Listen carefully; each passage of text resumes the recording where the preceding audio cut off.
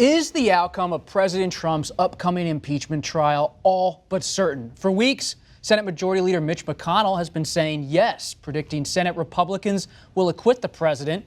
But there was some movement this week, some flashes of uncertainty. Senator Lisa Murkowski of Alaska, who has broken with the GOP on major votes in the past, spoke to a local reporter and said she does not approve of McConnell's alliance with the White House.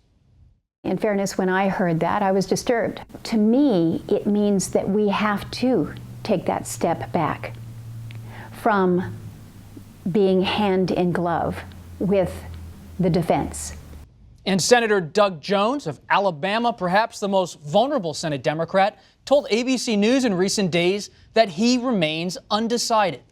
I'm trying to see if the dots get connected. If that is the case, then I think it's a serious matter. I think it's an impeachable matter. But if those dots aren't connected and there are other explanations that I think are consistent with innocence, I will go that way too. Joining us tonight, Kimberly Atkins, senior news correspondent for WBUR, Boston's NPR news station. Amna Nawaz, senior national correspondent for the PBS NewsHour. And Bob Woodward, associate editor of The Washington Post and author of Fear, Trump in the White House. Welcome to all of you. Kim, to start us off, Senator Murkowski taking her position as this negotiation continues about a Senate trial for President Trump. Are her concerns about the president's conduct? Is it about the substance of impeachment? Or is it about the process? Well, it seems so far to be about the process, because when Mitch McConnell was talking about working with the president, Mitch McConnell was talking about this quick trial that he expects. I think that is what's troubling. And it reminds me of the confirmation hearings of Justice Brett Kavanaugh in the way. Remember, then it was Republicans, then led by Jeff Flake, who wanted to take a step back. All of a sudden, there was the request for that additional FBI probe. It was short. It was, very constricted in what it was, but it gave Republicans a chance just to pump the brakes a little bit as the pressure ratcheted up. And it seems like that's what Senator Murkowski is interested in doing. I could see her possibly convincing other more moderate Republicans like Susan Collins or Senator Mitt Romney or Cory Gardner, other people who are vulnerable, who are facing re-election too, to get behind a plan on the rules when they're setting the rules of how this goes, that it doesn't look like this is just going to be rammed through on a fast track and not be fair. And Amna, when you think about the process complaints are out there from Senator Murkowski, but there's also political capital the president has with Republicans that may also help them fall into line eventually on impeachment. President Trump said this about the senator last month at a donor event, according to the Washington Post, quote, "She hates me. I kind of like her, but she really doesn't like me," adding, quote, "We do so much for Alaska. You'd think we'd get her vote for something one of these days." GOP just passed a $1.4 trillion spending deal. The Republicans have been there for Alaska along with the president. Will that ultimately maybe force her hand? I think Senator Murkowski would disagree. That's President Trump being his prime transactional self, right? That we do so much to help you in your state. Why wouldn't you back me when it comes to this one political battle I'm facing?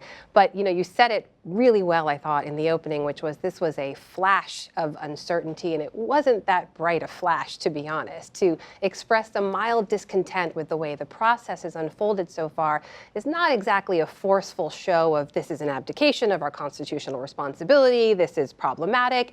It was a bit of hesitation.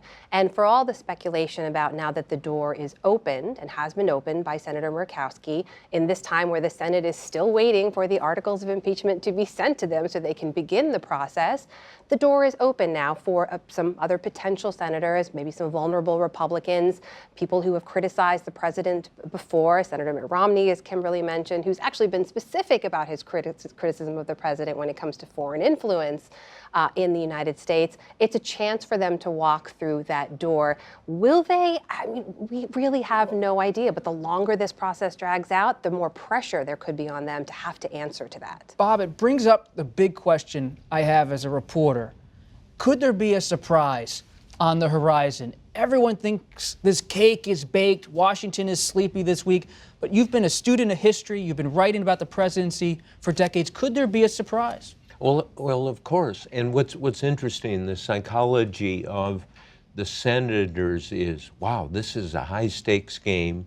We're going down in history this way or that way. We better handle it right. I recall back to the Clinton impeachment, right 20 years ago. He was impeached in the House, waiting for a Senate trial.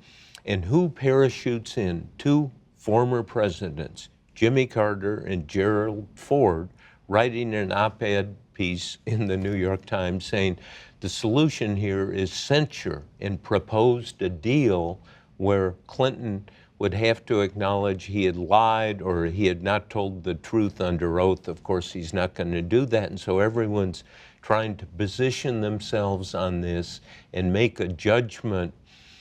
Is there some compromise? We know politicians are always looking for some middle ground. And so I think we are a never land in a very significant way, and not necessarily on the outcome, but on the maneuvering. But what about Leader McConnell and President Trump? How do you read that relationship? Well, it's supposedly close. I'm not sure. There are not a lot of interests they share other than trying to ensure their political future and making sure it's long. But I think that's the most important relationship in Washington. The most important relationship. Yeah, in the short run, in this trial, everyone's going to be judged.